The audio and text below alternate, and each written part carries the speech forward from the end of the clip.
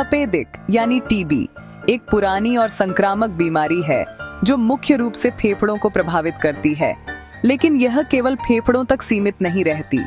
यह बीमारी शरीर के अन्य हिस्सों में भी फैल सकती है, जैसे कि किडनी, रीढ़ की हड्डी और दिमाग। टीबी के लक्षण धीरे धीरे उभरते हैं, जिससे कई बार लोग इसे सामान्य खांसी या कमजोरी समझकर नजरअंदाज कर देते हैं। जब टीबी शरीर के अन्य अंगों में फैलती है तो उसे एक्स्ट्रा पल्मोनरी टीबी कहा जाता है और इसके लक्षण प्रभावित अंग के अनुसार बदल सकते हैं। इसका कारण माइकोबैक्टीरियम ट्यूबरकुलोसिस नामक बैक्टीरिया है, जो बहुत सूक्ष्म होता है और केवल माइक्रोस्कोप से ही देखा जा सकता है। यह बीमारी हजारों सालों से मानवता के साथ रही है। पुराने जमाने में लोग इसे एक लाइलाज बीमारी मानते थे और इससे डरते थे। पहले इसे क्षय रोग कहा जाता था और इसका कोई इलाज नहीं था, इसलिए मरीजों को अलग थलग रखा जाता था। लेकिन आज विज्ञान ने इसे पूरी तरह ठीक करने के तरीके खोज लिए हैं। अब टीबी का इलाज संभव है, बशर्ते मरीज समय पर जांच और पूरा इलाज करवाए। टीबी दो अवस्थाओं में हो सकती है, लेटेंट और एक्टिव। लेटेंट टीबी में बैक्टीरिया शरीर में मौजूद तो रहते हैं, लेकिन निष्क्रिय होते हैं और कोई लक्षण नहीं दिखते। ऐसे लोग बीमार महसूस नहीं करते, लेकिन भविष्य में एक्टिव टीबी हो सकती है। वहीं एक्टिव टीबी में बैक्टीरिया सक्रिय हो जाते हैं और बीमारी के लक्षण जैसे लगातार खांसी, बुखार, वजन कम होना और रात में पसीना आना शुरू हो जाते हैं। एक्टिव टीबी के मरीज दूसरों को संक्रमित कर सकते हैं, खासकर जब वे खांसते या छींकते हैं, जबकि लेटेंट टीबी वाले व्यक्ति में लक्षण नहीं दिखते, लेकिन समय समय पर जांच जरूरी है ताकि बीमारी एक्टिव न हो। टीबी हवा के माध्यम से फैलती है, खासकर जब संक्रमित व्यक्ति खांसता या छींकता है। इसलिए भीड़भाड़ वाली जगहों पर मास्क पहनना और साफ सफाई रखना जरूरी है। लेकिन सही इलाज और दवाओं के नियमित सेवन से टीबी पूरी तरह ठीक हो सकती है। इलाज अधूरा छोड़ना खतरनाक हो सकता है, इसलिए डॉक्टर की सलाह का पालन करें। विश्व स्वास्थ्य संगठन के अनुसार टीबी आज भी दुनिया की सबसे घातक संक्रामक बीमारियों में से एक है, जिससे हर साल लाखों लोग प्रभावित होते हैं। भारत सरकार ने टीबी मुक्त भारत अभियान शुरू किया है, जिसमें लोगों को जागरूक करने, मुफ्त जांच और इलाज की सुविधा देने पर जोर दिया जा रहा है। इसका लक्ष्य 2025 तक देश से टीबी को खत्म करना है, ताकि आने वाली पीढ़ियां इस बीमारी से सुरक्षित रहें। जागरूकता, समय पर जांच और इलाज और भेदभाव को खत्म करना इस लक्ष्य को पाने के लिए जरूरी है। अगर हम सब मिलकर प्रयास करें तो टीबी को हराया जा सकता है और एक स्वस्थ समाज की ओर बढ़ा जा सकता है। टीबी एक संक्रामक बीमारी है जो मुख्य रूप से एक व्यक्ति से दूसरे व्यक्ति में हवा के जरिए फैलती है। जब किसी को एक्टिव टीबी होती है और वह खांसता, छींकता या जोर से बोलता है, तो उसके मुंह और नाक से टीबी के बैक्टीरिया वाली सूक्ष्म बूंदें बाहर निकलती हैं। ये बूंदें इतनी हल्की होती हैं कि कई मिनटों तक हवा में तैर सकती हैं, खासकर जब मरीज मास्क नहीं पहनता या मुंह नहीं ढकता। इन छोटी बूंदों में टीबी के बैक्टीरिया होते हैं, जो हवा में फैलकर आसपास के लोगों तक पहुंच सकते हैं। जब कोई स्वस्थ व्यक्ति इस संक्रमित हवा में सांस लेता है, तो बैक्टीरिया उसके फेफड़ों में पहुंच जाते हैं और संक्रमण का खतरा बढ़ जाता है। ध्यान रहे, टीबी हाथ मिलाने, गले लगने या साथ खाना खाने से नहीं फैलती। यह केवल तब फैलती है जब कोई व्यक्ति संक्रमित हवा में सांस लेता है, यानी यह एक ड्रॉपलेट एयरबोर्न संक्रमण है। भीड़भाड़ वाली, बंद और कम हवादार जगहों पर इसका खतरा सबसे ज्यादा होता है, जैसे बस, ट्रेन या छोटे कमरे जहां ताजा हवा का आना जाना कम होता है। हालांकि हर कोई जो इन बैक्टीरिया के संपर्क में आता है बीमार नहीं पड़ता। कई बार बैक्टीरिया शरीर में निष्क्रिय, लेटेंट रह जाते हैं और व्यक्ति को कोई लक्षण नहीं होते। लेकिन जब किसी की प्रतिरक्षा प्रणाली कमजोर हो जाती है, जैसे बुजुर्ग, बीमार या HIV, कैंसर जैसी बीमारियों से जूझ रहे लोग, तो लेटेंट टीबी एक्टिव हो सकती है और बीमारी के लक्षण दिखने लगते हैं। संक्रमण का चक्र तोड़ने के लिए जरूरी है कि टीबी मरीज की पहचान जल्दी हो, उसकी जांच समय पर हो और इलाज तुरंत शुरू किया जाए। इससे संक्रमण दूसरों तक फैलने से रोका जा सकता है। खांसते या छींकते समय मुंह ढकना, मास्क पहनना और दवाइयां समय पर लेना, ये सभी कदम न सिर्फ मरीज की सेहत के लिए बल्कि समाज को सुरक्षित रखने के लिए भी बेहद जरूरी हैं। टीबी के सबसे आम लक्षण हैं 2 हफ्ते से ज्यादा लगातार खांसी, जो बाद में बलगम या खून के साथ भी हो सकती है। सीने में दर्द सांस लेने या खांसने पर बढ़ सकता है। हल्का बुखार, खासकर शाम को।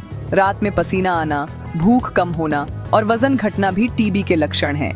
मरीज अक्सर थकान और कमजोरी महसूस करता है। टीबी सिर्फ फेफड़ों तक सीमित नहीं, ये रीढ़, दिमाग, लिम्फ नोड्स या गुर्दे में भी हो सकती है। अंग विशेष के हिसाब से लक्षण बदल सकते हैं, जैसे रीढ़ में दर्द, दिमाग में सिर दर्द या भ्रम। 2 हफ्ते से ज्यादा खांसी या अन्य लक्षण नजरअंदाज न करें। जितनी जल्दी जांच होगी उतनी जल्दी इलाज संभव है।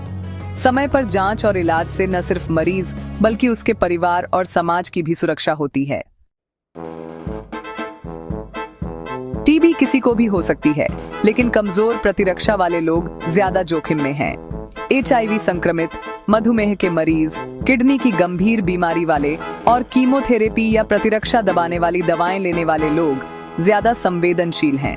कुपोषण, खासकर बच्चों में, टीबी का बड़ा कारण है।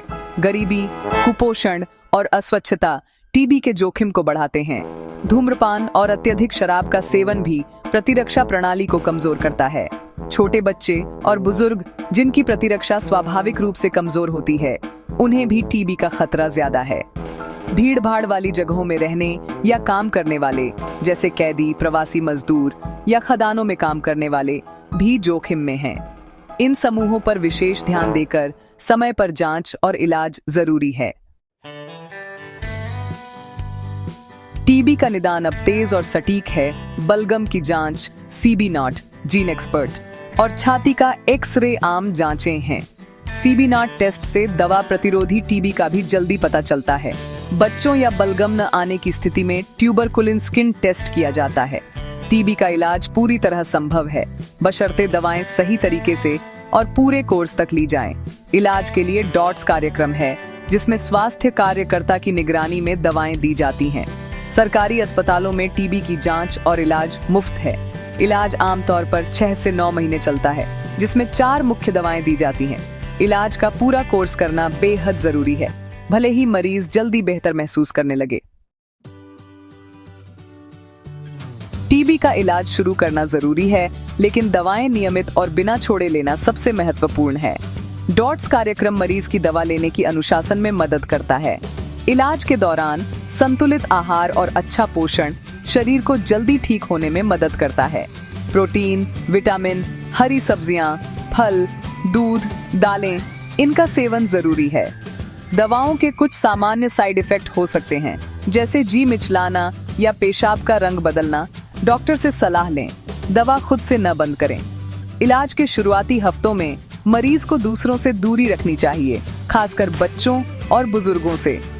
खांसते या छींकते समय मुंह ढकना, इस्तेमाल किए गए टिश्यू को सही से फेंकना और हाथ धोना जरूरी है। ये सावधानियां संक्रमण को फैलने से रोकती हैं और जिम्मेदार व्यवहार का हिस्सा हैं। टीबी का इलाज बीच में छोड़ना मरीज और समाज दोनों के लिए खतरनाक है। इलाज अधूरा छोड़ने से बचे बैक्टीरिया दवा प्रतिरोधी बन जाते हैं, जिससे multi drug resistant TB, MDR TB हो सकती है। MDR टीबी का इलाज लंबा, महंगा और कठिन होता है। कई बार 2 साल तक चल सकता है। MDR टीबी के मरीज से दवा प्रतिरोधी बैक्टीरिया फैल सकते हैं, जिससे दूसरों को भी जटिल टीबी हो सकती है। अधूरा इलाज बीमारी के दोबारा लौटने, रिलैप्स और फेफड़ों को स्थायी नुकसान का कारण बन सकता है। टीबी शरीर के अन्य अंगों में भी फैल सकती है, जिससे गंभीर जटिलताएं या मृत्यु हो सकती है। इलाज का पूरा कोर्स करना मरीज की जिम्मेदारी है। यह खुद की और समाज की सुरक्षा है। परिवार और समाज को भी मरीज को पूरा इलाज करने के लिए प्रोत्साहित करना चाहिए। टीबी से बचाव के लिए BCG का टीका बच्चों को जन्म के समय लगवाना जरूरी है।